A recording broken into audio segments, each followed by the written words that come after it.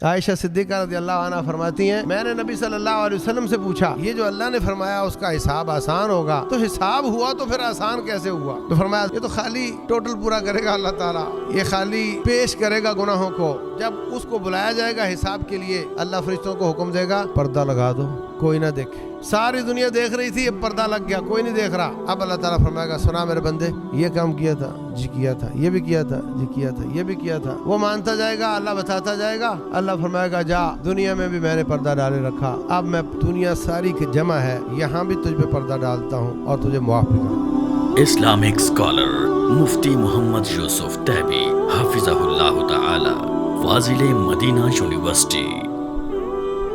الحمد للہ رب العالمین والصلاة والسلام علی رسولہ الکریم وعلی آلہ وصحبہ اجمعین، اشہد ان لا الہ الا اللہ واشہد ان محمدا عبدہ ورسولہ صلی اللہ علیہ وسلم۔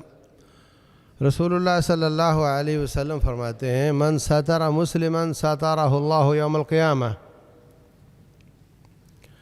جس نے مسلمان کی پردہ پوشی کی اللہ تعالیٰ اس کی قیامت والے دن پردہ پوشی کرے گا۔ مسلمان کی پردہ پوشی کیسے کرے گا کہ اس کو اس کے کسی عیب کا پتہ ہے اور وہ اس پہ خاموش ہے، کسی کو نہیں بتاتا۔ اگر وہ بتائے گا تو اس کا پردہ فاش کرے گا، اور اگر وہ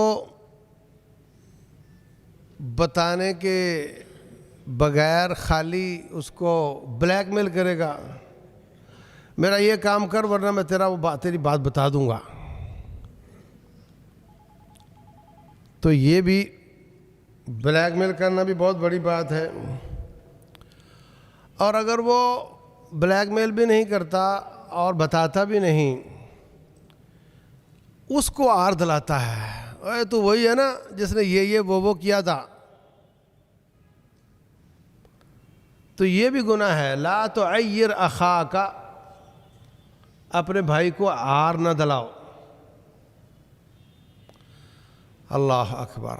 یوسف علیہ السلام، ان کے بھائیوں نے ان پر ظلم کیا، اپنی طرف سے تو پھینک دیا تھا نا، گیا جان چھوٹی، اللہ نے بچا لیا۔ وہاں سے نکلے بادشاہ کے گھر گئے، وہاں سے نکلے جیل گئے، وہاں سے نکلے تخت پر بیٹھے، وہاں پھر بھائی آئے، پھر بھائیوں کو تیسرے چکر میں بتا دیا کہ میں تمہارا بھائی ہوں، تو بڑے شرمندہ ہوئے۔ تو فرماتے ہیں لقد احسن بی اذ اخرجنی من السجن وجاء بکم من البدو، اللہ نے میرے ساتھ بڑا احسان کیا، ادھر مجھے جیل سے نکالا اور ادھر تمہیں دیہات سے بلا کر کے میرے ساتھ ملوا دیا، اللہ نے بڑا احسان کیا۔ یہ نہیں کہا کہ اللہ نے بڑا احسان کیا، تم نے تو پھینک دیا تھا، اللہ نے مجھے نکال لیا۔ ان کو آر نہیں دلائی، تذکرہ ہی گول کر گئے کہ وہ بھی کبھی ہوا تھا۔ من بعد ان نزغ الشیطان بینی و بین اخوتی، سارا بوجھ ڈال دیا شیطان پہ، اس نے ہمارے بیچ میں پریشانی کھڑی کر دی تھی، اس کا ہی قصور ہے، ہاں بھائیوں کا قصور نہیں نکالا۔ تو کسی کے عیب کا پتہ چل جائے پردہ پوشی کرنی ہے۔ نمبر 2 اس کو بلیک میل نہیں کرنا۔ نمبر 3 اس کو آر نہیں دلانی۔ لیکن اگر آپ پچھلا سبق تھوڑا یاد کریں کہ کسی کی چغلی کھانا جائز نہیں، تو پھر ایک بات یہاں یہ سمجھیں کہ بسا اوقات کسی کا عیب بتانے میں زیادہ فائدہ ہوتا ہے۔ مثلا رسول اللہ صلی اللہ علیہ وسلم سے ایک عورت نے پوچھا کہ مجھے نکاح کا پیغام بھیجا ہے ابو جہم نے بھی اور معاویہ نے بھی، تو آپ نے فرمایا جو معاویہ ہے نا یہ تو ہاتھ کا بڑا تنگ ہے، پیسہ نہیں نکالتا، اور جو ابو جہم ہے نا یہ عورتوں کی پٹائی بڑی کرتا ہے، تو بہتر ہے کہ تو اسامہ سے شادی کر لے۔ تو آپ نے ان کی عیب بتائے ہیں مخصوص دائرے میں، جس کی ساری زندگی کا مسئلہ ہے۔ تو اگر آپ سے کوئی پوچھے اس طرح کی بات ہو، میں نے فلاں سے سودا کرنا ہے، کاروبار کرنا ہے، تیرے خیال میں کیسا ہے، تو آپ کہو جی میں تو ایپ پہ پردہ ڈالوں گا، نہیں، یہاں ایپ پہ پردہ ڈالو گے تو اس کا نقصان ہوگا جس نے آپ سے مشورہ مانگا ہے۔ عیب کو نشر کرنا اور چیز ہے، اور قاضی پوچھے کہ یہ قتل کس نے کیا، یہ چوری کس نے کی، اگر آپ نے دیکھی ہے تو آپ کا بتانا ضروری ہے۔ عیب ہے مگر بتانا ضروری ہے، اس لیے کہ یہاں دوسرے کے حقوق کا مسئلہ ہے۔ اسی طرح روایت بیان کرتے وقت محدثین بتاتے ہیں کہ بندہ جھوٹا تھا، اس سے روایت مت لو۔ تو مسئلہ اس آدمی کے جھوٹا ہونے کا کم ہے اور پوری امت کے نقصان کا زیادہ ہے۔ اگر اس سے جھوٹی روایتیں لے گا تو دین بگڑ جائے گا۔ تو تولا جاتا ہے کہ بتانے میں انفرادی نقصان ہے اور اجتماعی فائدہ ہے، تو بتا دیا جاتا ہے۔ اسی طریقے سے اگر پہلا مجرم ایک آدھ بار چوری کی ہے اور وہ ڈرتا ہے، کپ کپاتا ہے، شرمندہ ہے، اس کا عیب چھپایا جاتا ہے۔ اور اگر وہ عادی مجرم ہو تو پھر لوگوں کو بتانا کہ ابھی بچ کے رہنا اس سے، یہ بندہ ٹھیک نہیں، یہ اس میں مصلحت زیادہ ہے، اس میں مصلحت زیادہ ہے۔ اگر وہ خود ہی بڑا شرمندہ ہے، بڑا توبہ طائب بھی ہو رہا ہے اور اس سے غلطی ہو گئی ہے، پردہ ڈالنا زیادہ ضروری ہے۔ اور اگر وہ اتراتا ہے اپنے گناہ پر، فخر کرتا ہے اور اس کی شرح بڑھ رہی ہے، تو پھر اس کے ذمہ دار کو شکایت کرنا یا اس کے بارے میں جو اس کے ساتھ متعلق ہیں، نکاح میں، بچہ دینے میں یا اس میں کاروبار کرنے میں، تو پھر ان کو بتانا اس میں زیادہ مصلحت ہے۔ تو اسی طریقے سے ایک شخص ہے، اس کا عقیدہ خراب ہے، ہم کہتے ہیں ابن عربی صوفی، اس کا عقیدہ خراب ہے، تو یہ اس کی چغلی نہیں ہے، وہ تو مر گیا، اب اس کے عقیدے سے لوگوں میں پریشانیاں آ رہی ہیں، عقیدے برباد ہو رہے ہیں، تو ہم کہیں گے اس کی وہ کتاب مت پڑھو، اس کا عقیدہ خراب ہے۔ ان لوگوں کے عقیدے بچانا بڑی مصلحت ہے اس پہ پردہ ڈالنے کی نسبت، اور ہم شخص پر تنقید نہیں کر رہے، ہم اس کا عقیدہ غلط بیان کر رہے ہیں کہ اس کا عقیدہ غلط ہے۔